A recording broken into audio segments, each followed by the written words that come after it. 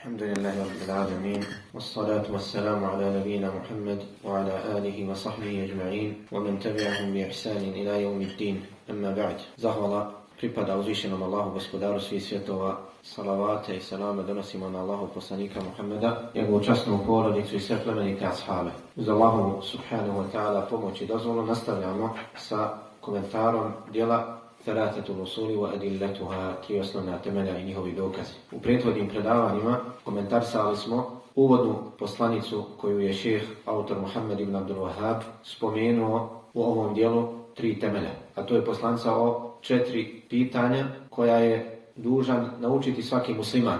A to je na prvo mjesto znanje, a to je spoznaja Allaha i spoznaja poslanika, alejhi salatu vesselam, i spoznaja din Islama sa dokazima. Drugo pitanje je, šta smo rekli? Rad po znanju. Treće pitanje, dava. Šta je dava? Da pozivamo Allahu subhanahu wa ta'ala, da pozivamo to znanje koje smo naučili i primijenili. I četvrto pitanje, sabor, strpljenje na tom putu. Jer onaj koji poziva druge, neminovno je da će biti uznemiravan, optuživan, odvraćan od toga. Kao što je to bio slučaj sa Allahovim poslanicima i vjerovjesnicima, naročito sa našim poslanikom, Muhammedom sallallahu alaihi wa sallam, kao i sa njegovim sljedbenicima. Još od njegovog vremena pa do dana današnjeg, svako onaj koji poziva druge Allahu subhanahu wa ta'ala, Allahov sunnet, zakon kojeg je ostavio na dunjalku, jeste da takvi bivaju uznemiravani, eziječeni, napadati, optuživani raznim optužbama, etiketirani raznim etiketama, samo da bi ljude odvratili od njih. Zatim kaže šejh Muhammed ibn Abdul Wahhab rahimahullah, nakon što je spomenuo ova 4 pitanja, kaže وَدَّلِينُ قَوْلُهُ تَعَالَى. A dokaz za to što smo prethodno spomenuli, ova 4 pitanja, su riječi uzvišenog Allaha. Dakle, podučava sa ovim učenika, ono koji uči znanje, da se vjera uzima sa dokazima. Da se vjera uzima sa dokazima. Prvo nam je spomenuo te 4 stvari i rekao da nam je obaveza to naučiti. Zatim kaže, a dokaz za to su riječi uzvišenog Allaha. Što znači da se vjera uzima sa dokazima. Sve što kažemo, što radimo, moramo zato imati dokaz, argument. A šta je dokaz u šerijatu? To je Kur'an, ajeti iz Kur'ana, hadithi iz sunneta Allahovog poslanika sallallahu alejhi ve sellem, ili iđma, konsenzus islamskih učenjaka. Ono na čemu su bili jednoglasni islamski učenjaci u jednoj generaciji. Zbog čega je to dokaz? Zato što je Rasulullah sallallahu alejhi ve sellem rekao da se njegov ummet neće ujediniti na zabludi. Pa ukoliko se učenjaci u jednom vremenu ujedine po pitanju nekog propisa, to znači da je to istina, da je to dokaz. Jer nemoguće je da se ulema ujedini na zabludu. Uvijek mora biti skupina koja je na istinu, od uleme. I ako se svi ujedine i kažu ovo je haram, to znači da je haram, bez imalo sumnje. Niko od uleme se nije suprotstavio, niko. Znači da je to haram. Ali mi znamo da za konsenzus mora postojati osnova na koju se vraća. Kada se ujedine islamski učenjaci postignu jednoglasan stav po određenom pitanju, oni nisu do toga došli na osnovu svojih strasti, prohtjeva. Tek tako im se svidjelo to mišljenje u odnosu na drugo mišljenje. Morali su imati osnovu za to u Kur'anu i sunnetu. Da li je to direktan dokaz za to? Da li je indirektan? Da li su intencije šerijata? Da li su to neke indikacije i tako dalje?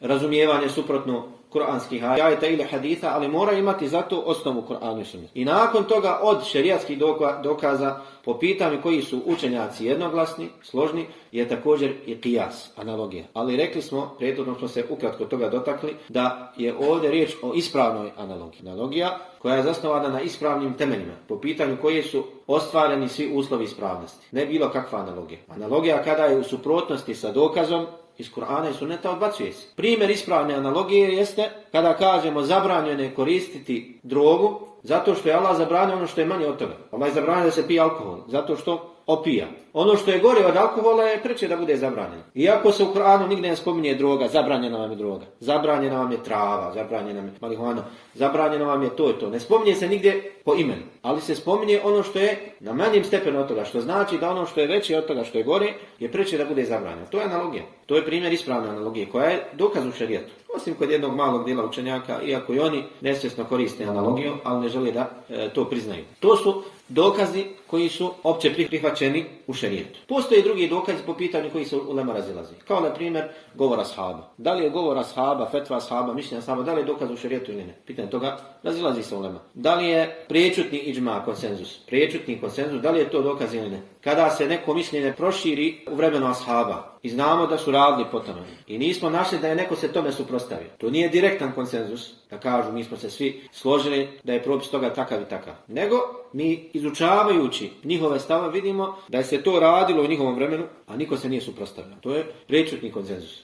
I po pitanju toga razilazi se ulema, da li je to dokaz ili ne. I tako dalje, da ne dužimo sada. Dakle, ova vjera se uzima iz dokaza. Kogod dođe sa govorom, sa nekim stavom, sa mišljenjem ili sa djelom koje nije zasnovao na dokazu, nema zato dokaza u Kur'anu i sunnetu, njegov govor se odbacuje. Njegov govor se odbacuje i ne prihvata. Malo kome riječ bilo. Kada bi Ebu Bekr, radijallahu anhu, koji je najbolji čovjek u ovom umetu i najučeniji nakon poslanika, sallallahu alejhi ve sellem, došao sa govorom koji je suprotan dokazu, ne bi se njegov govor prihvatio. Kada bi Omer došao sa govorom koji je suprotan ajetu nekom ili hadisu, ne bi se njega prihvatio. Pa šta reći za one koji su na manjem stepenu od njih? I zato bez razilaženja među poznatim i priznatim imama ovog umeta, poput imama Ebu Hanife, Malika, Šafije, Ahmeda ibn Hanbala i drugih, da se ne prihvata ničiji govor koji je suprotan Kur'anu i sunnetu. Od svakog se uzima i odbaci osim od Allahov poslanika sallallahu alejhi ve sellem. Od svakog od ljudi se uzima i odbaci osim njega alejhi salatu vesselam. Ma o kome da je riječ. I svi oni su govorili, i Ebu Hanife, i Malik, i Šafije, i Ahmed, i ostali imam. Ako moj govor dođe u suprotnost sa Kur'anom i sunnetom, bacite moj govor od zid, prihvatite se Kur'ana i sunneta. Od svih njih se prenosi više predaje, vjerodostojnim putem, lancima prenoslaca, da su to govorili. Od svakog se uzima i odbaci osim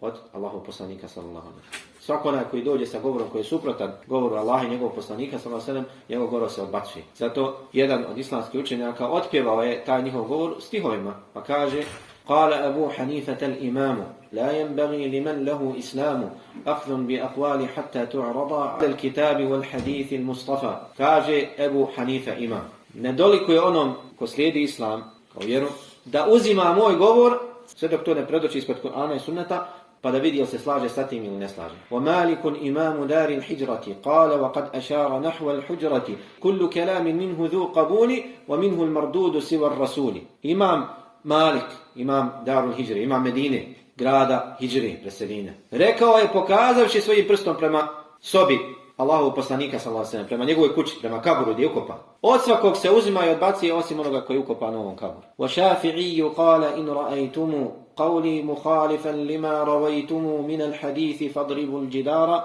بِقَوْلِي مُخَالِفِ الْأَخْبَارَ.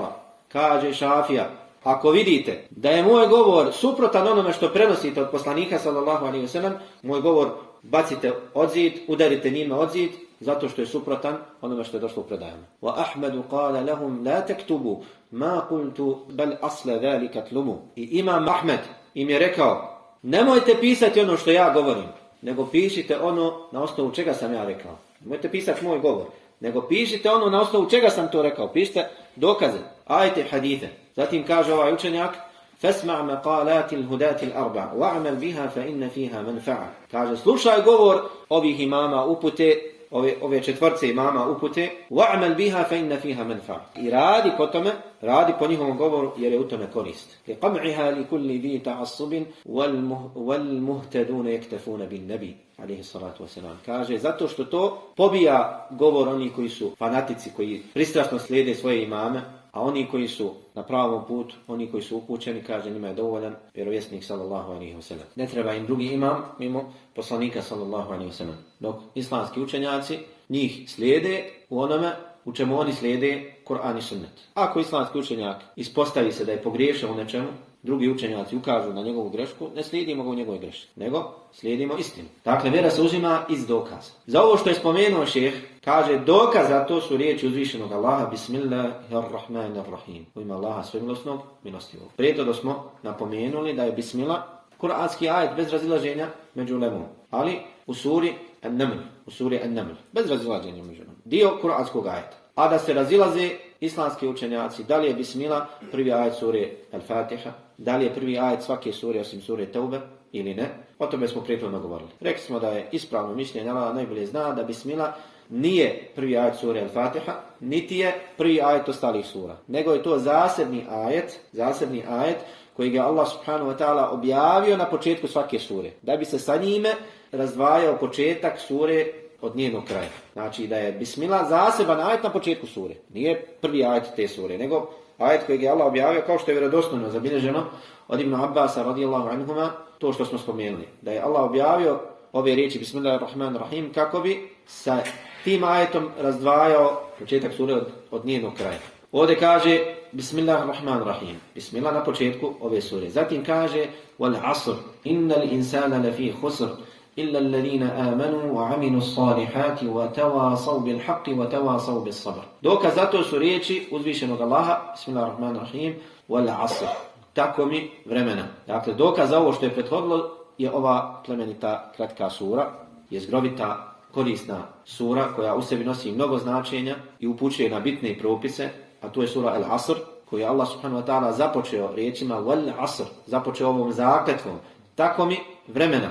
Zaista je čovjek na gubitku, samo ne oni koji vjeruju i dobra djela rade i jedni drugima oporučuju istinu, jedni drugima oporučuju sabor, strpljenje. Ova kratka sura, jedna od najkraćih sura u Kur'anu, koja ima samo 3 ajeta, upućuje na ovo o čemu smo mi govorili posljednjih 5-6 predavanja. Jedna kratka sura. I to smo se samo kratko osvrnuli na to. Samo ukratko smo govorili. Koliko samo nosi značenja u sebi ova sura. I zato Imam Šafija, kao što je spomenuo autor nakon ovoga, kaže Imam Šafija rahimahullah: "Lauma anzalallahu hujjatan ala khalqihi illa hadihi sura lakafathum." Da Allah nije objavio kao dokaz protiv svojih robova ništa drugo osim ove sure bilo bi dovoljno. Ovo je u značenju prenio autor. U drugim dijelima se prenosi da je rekao Imam Šafija: "La wasi'athum." Kada bi ljudi razmislili o ovoj suri, bila bi im dovoljna. Ona bi ih obuhvatila. To jest, bila bi dovoljna kao dokaz protiv ljudi. Ne bi bila dovoljna što se tiče propisa. Ne. Nije riječ o tome da je Allah objavio samo ovu suru, bila bi dovoljna ljudima. U značenju da im ne trebaju ajeti o propisima, da im ne trebaju drugi ajeti o vjerovanju i tako dalje. Ne, kao dokaz protiv ljudi. Da Allah nije objavio druge sure kao dokaz protiv ljudi. Jer ova sura, kao što je predvodila u predavanjima koja su iza nas, upućuje na osnovu vjere. Pojašnjava nam put jednog muslimana. Kako treba da provede svoj život. Da uči, da radi po znanju, da druge poziva i da ustrajava na tom putu. Da se strpi. Dakle, pojašnjava nam putanju kojom treba da hodi svaki musliman. Ako želi da ne bude od onih koji su propali. Ako želi da se spasi, mora da ide tim putem. Kao što smo rekli u drugim dijelima, kao što navodi Hafiz ibn Kathir u svom tefsiru, Imam Šafija je slično tome rekao. Ovdje je autor prenio u značenju njegove riječi. Ono što je u većini dijela što se navodi jeste da je Imam Šafija rekao kada bi ljudi razmislili o ovoj suri, bila bi im dovoljna. Nekada da Allah nije objavio druge sure, mimo ove sure bi kao dokaz protiv njegovih robova bila bi dovoljna. Ne, kada bi ljudi razmislili o ovoj suri, bila bi im dovoljna. Kada bi razmislili o ovoj suri, bila bi im dovoljna kao putokaz pravog puta. Ovdje Allah tebaraka wa ta'ala započeo je ovu suru sa zakletvom. Wal asr. Ovdje ovaj harf waw na početku je harf koji se koristi kao zakletva u arapskom jeziku. Kada kažeš wallahi, tako mi Allah. Ne kažeš Allahi, nego dodaš prije njega harf waw. Što se koristi u arapskom jeziku za zakletvu. Wallahi, tako mi Allah. Ovdje Allah subhanahu wa ta'ala kaže wal asr, tako mi vremena. Tebaraka wa ta'ala kune se vremenom. Zbog čega se kune vremenom? Da bi ukazao na njegovu bitnost i važnost, posebno mjesto u životu čovjeka. I Allah subhanahu wa ta'ala, on se kune sa čime i kime želi od svojih stvorenja. Allah se zaklinje sa svojim stvorenjima da bi ukazao na njihovu bitnost kod njega. I Allah se zaklinje sa onim čime on želi. Dok nama ljudima, njegovim robovima, nije dozvoljeno da se zaklinjemo osim sa uzvišenim Allahom. Allah se zaklinje sa čim on želi od svojih stvorenja, da bi ukazao na bitnost toga. Dok nama nije dozvoljeno da se zaklinjemo ičim drugim osim sa Allahom. I zato hadithu koji je muttefakun alejh, koji su zabilježili Buhari i Muslim, od Ibn Umara radijallahu anhuma, Allahov poslanik sallallahu alejhi ve sellem je rekao: "La tahlifu bi abaikum." Nemojte se zaklinjati vašim očevima. "Faman kana minkum halifan falyahlif billahi aw liyasmut." Onaj među vama koji se zaklinje, neka se zaklinje Allahom ili neka šuti. Želiš da se zakuneš nečim, nije ti dozvoljeno da se zaklinješ osim sa Allahom. Ničim drugim. Ili nemoj se nikako zaklinjati. Zakuni se Allahom ili ničim drugim. Zbog čega? Zato što onaj ko se zaklinje nečim, ne zaklinje se osim zato što smatra to sa čime se zaklinje da je to nešto što je najvrednije i najbitnije kod njega. I zato se time zaklinje. Ljudi u onom sistemu, Hadžar, čime se zaklinjava? Titom. Zbog čega? Zato što su smatrali mnogi od njih njega božanstvom. Njemu ibadet činili na udobile. Pa nakon kada je propao taj sistem, počeli se zaklinjati očevima i materama, pa nekim predsjednicima i tako dalje. Pa se počelo zaklinjati džamijemi, državemi, ovog mi, onog mi, životami, djetetami. Zaklinju se sa onim što smatraju da je za njih najbitniji. Da bi ukazali onome kome se obraćaju da ono što govori je istina. Jer ljudi kada se zaklinju se prije nekog govora. Da bi onaj koji ih sluša povjerovao u njihov govor. I onda koriste ono što je za njih najvrijednije i na najvećem stepenu kod njih, da bi ukazali na istinitost svog govora. Mati mi je najbitnija, sin mi je, dijete mi je, imetak, kuća, auto, zavisi šta ko obožava, to mi je najdraže. Evo time ti se kunem da ovo što ti govorim da je istina. I na taj način uzdižu to stvorenje sa kojim se zaklinju, uzdižu na stepen uzvišenog Allaha. Jer je za vjernika uzvišeni Allah na najvećem stepenu. Nema ni jednog bića da ga vjernik voli više nego uzvišenog Allaha. Jer Allaha subhanahu wa ta'ala voli punim srcem, iz dubine duše. Ne voli nikog drugog mimo njega, tako. Jer je ljubav prema Allahu ljubav koja je ibadet, obožavanje, predanost, pokornost, poniznost pred njim subhanahu wa ta'ala. Ljubav koja je obožavanje i potpuna pokornost, poniznost pred njim subhanahu wa ta'ala. Dok kada voli majku, kada voli oca, kada voli suprugu, kada voli sina, ćerku, to je ljubav koja je prirodna ljubav.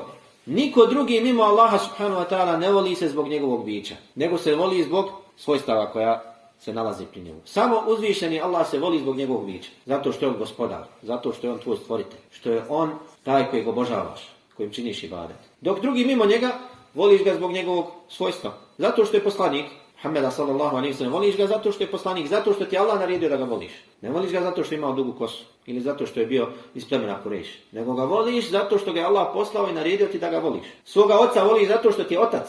Da ti nije otac, da je neki drugi čovjek, da bi ga nikad volio.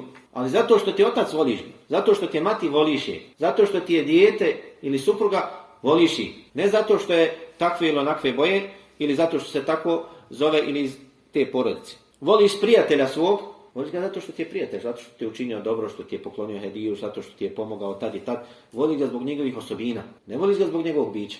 Uzvišenog Allaha subhanahu wa ta'ala voliš zbog njegovog bića. Subhanahu wa ta'ala. Znači, ljudima, stvorenjima nije dozvoljeno da se zaklinju ičim drugim mimo Allaha subhanahu wa ta'ala. Dok Allah se zaklinje onim sa čim on želi. I zato je poslanik alejhi salatu wasalam u mnogim hadithima zabranivao ashabima da se zaklinju drugim mimo Allaha. Pa hadith kod imama Muslima koji prenosi Abdurrahman ibn Samura radijallahu anhu, kaže poslanik sallallahu alejhi ve sellem: "La tahlifu bi abaikum wala bit tawalit."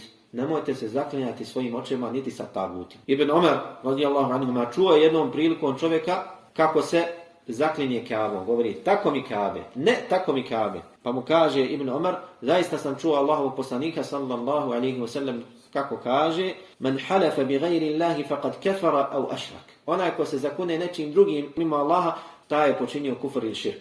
Hadis zabilježili su Abu Dawud i Tirmidhi. Zakletva drugim mimo Allaha je širk. U osnovi mali širk i mali kufr. Zato što si stavio nekog drugog sa Allahom na isti stepen. Nesvjesno. Ali da si to svjesno uradio i sa ubjeđenjem da je taj sa kim si se zakleo mimo Allaha, da je na istom stepenu kao uzvišeni Allah, onda je to veliki širk i veliki kufr koji te izvadi iz vjere. Prestaješ biti musliman zbog toga.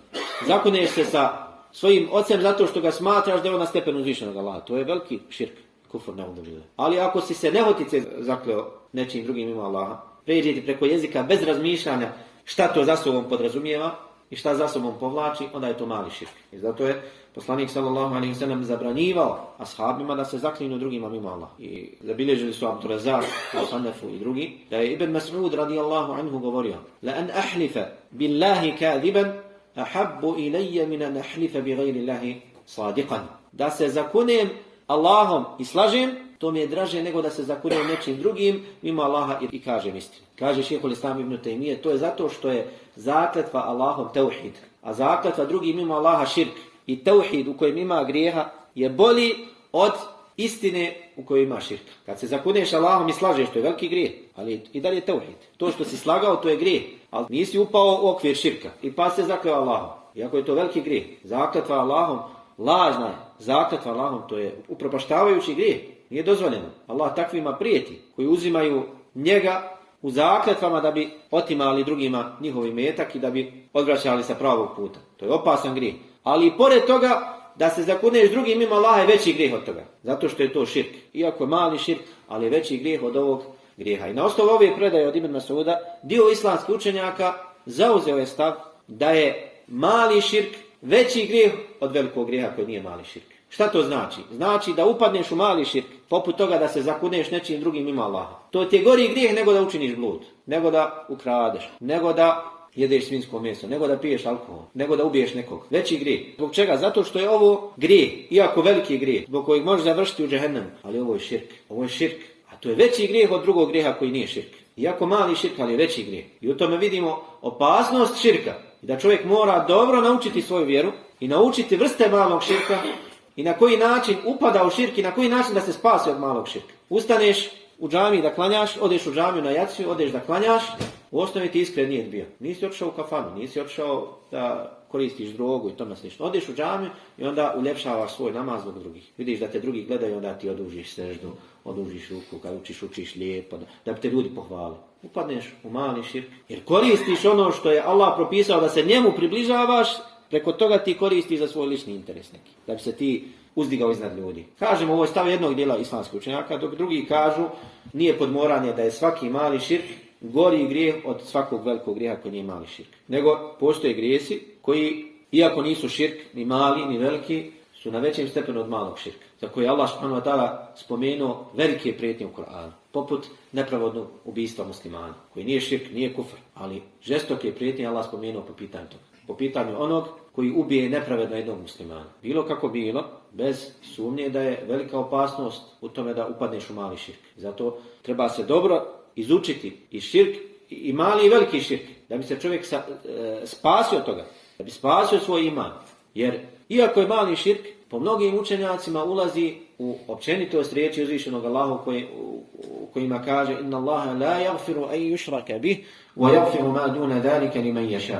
Allah neće oprostiti da mu se učini širk, a oprostit će mimo toga ono što je manje od toga kome on hoće. Ovdje je uzvišeni Allah rekao neće oprostiti da mu se učini širk. Nije rekao veliki i mali širk. La yaghfiru an yushraka bih. Neće oprostiti da mu se učini širk. Što znači da obuhvata i mali i veliki širk. Da obuhvata i mali i veliki širk. Što znači da mali širk neće nikom biti oprošten bez pokajanja. Ako umriješ, činio si mali širk, morat ćeš da odgoriš u džehennemu zbog toga. Nećeš biti vječno u džehennemu, ali morat ćeš, jer je Allah rekao neće oprostiti. A ako ti neće oprostiti taj grijeh, znači da ćeš morati goriti u džehennemu zbog njega. Mnogi misle mali širk, to je bezopasno, nešto preleti preko jezika ili to je opasan grijeh, mali širk. Ali te ne izvodi izvjere, ne izvodi te izvjere, ali opasan grijeh. I dalje si musliman, ali veliki grešnik. Zato ovdje riječi Abdullaha ibn Mas'uda kada kaže da se zakunem Allahom i slažem, iako je to veliki grijeh, ali to mi je draže nego da se zakunem nečim drugim mimo Allaha i kažem istinu. Iako je ovo veliki grijeh, ali bolje biti veliki grešnik i nadat se Allahovom oprostu, nego biti veliki grešnik i znat da ćeš morati odgovoriti za to u džehennemu. Jer ko ti garantuje da ti Allah primio pokajanje za taj mali širk? Kao rezime možemo da kažemo, opet i ponovimo, Allah subhanahu wa ta'ala naći ćete u Kur'anu da se zaklinje mnogim stvarima. Wash-shamsi wa-duhaha. Tako mi sunca i jutra, tako mi noći, tako mi mjeseca, tako razne zakletve. Naći ćete u Kur'anu kojima se zaklinje Allah od njegovih stvorenja. Kada se Allah zaklinje nečim u Kur'anu od svojih stvorenja, zaklinje se da bi ukazao na posebno mjesto toga čime se zaklinje kod njega subhanahu wa ta'ala. Ali nama nije dozvoljeno da se zaklinjemo osim Allahom. Ni poslanikom, sallallahu alejhi ve sellem, ni Kjabom, ni džamijom, ni melecima, ničim, osim uzvišenim Allahom subhanahu wa ta'ala. Šta znači ova zakletva tako mi vremena? Šta Allah podrazumijeva pod vremenom ovdje? Po većini komentatora Kur'ana, po većini mufesira, značenje ovih riječi tako mi vremena jeste ovo vrijeme kojeg mi koristimo, u kojem se dešavaju događaji i odvija ono što se odvija od dijela, u kojem radimo dobra i loša djela. Ovo vrijeme koje koristimo. Dok po dijelu mufesira, i to se prenosi od Ibn Abbasa, od Katade, drugih prvih generacija, kažu ovdje se Allah zaklinje posebnim dio vremena. A to je ovo vrijeme prije akšam namaza, kojeg mi zovemo Al-Asr. I kindija namaz se zove Salatul Asr i kindija. To je taj period prije akšam namaza, kada klanjamo i kindiju namaz. Kažu, Allah se zaklinje ovim posebnim dijelom dana, koji je najbolji dio dana, prije akšam namaza. Kažu, zaklinje se ovim dijelom dana. Dok većina mufesira kažu ne zaklinje se posebnim dijelom vremena, nego se zaklinje vremenom općenito. Vremenom općenito, u kojem se dešavaju događaje. Zaklinje se uzvišeni Allah vremenom da bi ukazao na njegovu bitnost. Rekli smo, kada se Allah zaklinje nečim, zaklinje se tim da bi ukazao nama koji čitamo, učimo njegove riječi na posebnu vrijednost tog Allahovog stvorenja kod uzvišenog Allaha. O ljudi, tako mi vremena, znajte da je vrijeme kod mene na posebnom stepenu. To je stvorenje koje sam posebno odabrao i dao vam na korištenje. I bit ćete pitani za to. To je moja blagodat prema vama. Pa gledajte kako ćete je iskoristiti. Kaže, innal insana lafi khusr. Zaista je čovjek na gubitku. Koji čovjek? Svaki čovjek. Misli se na ljudski rod. Svaki čovjek. Svako onaj za koga se može reći da je čovjek. I star, i mlad, i muško, i žensko, i crn, i bijel. Lafi khusr je u propasti, na gubitku. I ovdje koristi česticu inne, koja pojačava značenje u arapskom jeziku. Zaista, doista je svaki čovjek, ljudski rod, na gubitku, u propasti. Ovdje se koristi izraz husr, koji se koristi također u trgovini. Kada čovjeku propadne trgovina, kaže hasirat tiđara. Propala mu trgovina, izgubio. Ništa nije zaradio. Uložio i ništa nije povratio. Propao.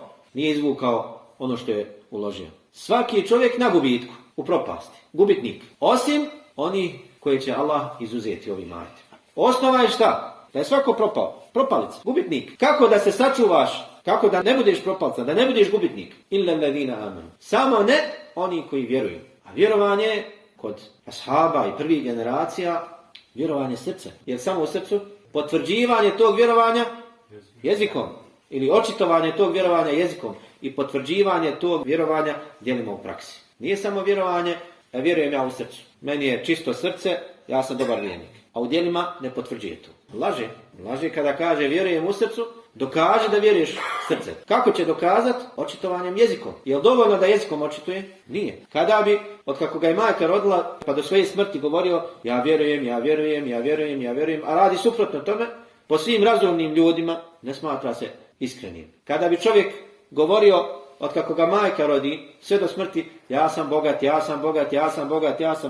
hoće li postati bogat?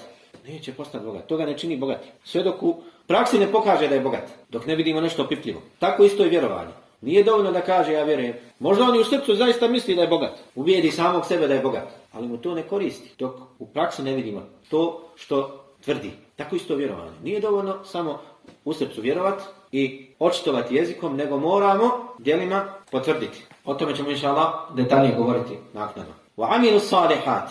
I onda Allah subhanahu wa ta'ala nakon toga kaže koje je drugo svojstvo oni koji će se sačuvati propasti i radi dobra djela. Radi dobra djela. Iako dobra djela ulazi u značenje vjerovanja, ali Allah subhanahu wa ta'ala posebno spomenuo dobra djela da bi ih istakao i ukazao na bitnost toga. Ne znači ovaj ajet da dobra djela ne ulazi u vjerovanje. Ne, nego posebno ih Allah ističe da bi ukazao na mjesto dobrog djela u vjerovanju. To isto kao kada kažem večera svi dođite kod mene na večeru i neka dođe Hadžija Sulja. Znači želim posebno da istaknem Hadžu. Iako on ulazi u prvo ovo kada sam rekao dođite svi. U moj prvi općeniti poziv kada kažem svi ste pozvani na večeru i kažem neka dođe Hadžija Sulja, on ulazi u prvi poziv ovaj. Jer ulazi u značenje svih nas. Ali kada njega posebno spomenem, želim da ukažem da mu pripada posebno mjesto. Pa Allah kaže u ajetu, osim oni koji vjeruju i rade dobra djela. Ovdje kaže wa amilu salihat. Nije rekao i rade djela, nego dobra djela. A djelo, da bi se smatralo dobrim, moraju pri tom djelu da se ispune dva uslova. Koja su to dva uslova? Na prvom mjestu da bude iskreno učinjeno u ime Allaha. Jer djelo koje nije učinjeno iskreno u ime Allaha ne smatra se dobrim djelom. To je loše djelo. I drugi uslov da bude u skladu sa propisima. U skladu sa sunnetom, sa Kur'anom i sunnetom Allahu poslanika sallallahu alejhi ve sellem. Ako učiniš djelo iskreno, ali nije po propisima, ne smatra se dobrim djelom. Približavaš se Allahu sa novotarijama. Je li to dobro djelo? Nije. Pa ja iskreno to radim. Džabe što iskreno radiš, ali nema koristi od toga. Moraš da radiš iskreno ono što je propisano. Ili radi djelo koje je propisano, ali nije iskreno ima Allah. Je li to dobro djelo? Ne. Odeš na hađ da bi se zvao hađija. Naučiš Kur'an da bi te zvali hafiz. Pa to je dobro djelo. Jesi to osnovi dobro djelo. Što si ga učinio? Zbog toga i toga? Onda je to loše djelo. Teško se tebe. Ako nisi iskreno uradio ima Allah. Zatim, onaj ko primjeni ova dva djela, vjeruje i radi dobra djela, ta je sačuvao sebe od propasti. Djelimično. Vjeruje i radi dobra djela. Povjeruješ i činiš dobra djela, djelimično si se spasio propasti. Ostalo je sada da spasiš druge propasti. Spasio si sebe, ali moraš i druge spasti propasti. وَتَوَاسَوْا بِالْحَقِّ i koji jedni drugima oporučuju istinu. Ovdje se koristi glagol tawasi. وَتَوَاسَوْ koji upućuje na kontinuitet u ovoj radnji. Ustrajno uporučuju istinu. Značenje toga je ustrajnost u tome. Tawasi. Ovdje kaže وَتَوَاسَوْا بِالْحَقِّ znači ustrajno, bez posustajanja, oporučuju jedni drugima istinu. Oporučuju jedni drugima istinu. A to je dava. Pozivaju u dobro, odvraćaju od zla. وَتَوَاسَوْا بِالصَّبْرِ jedni drugima ustrajno oporučuju sabor, strpljenje. Ustrajnost na pravom putu. Neposustajanje, neodustajanje. I onaj ko primijeni ova druga dva uslova, takav je spasio i druge od propasti. I na taj način je u potpunosti sebe oslobodio od propasti. Kada povjeruje, a ne može povjerovati bez učenja znanja.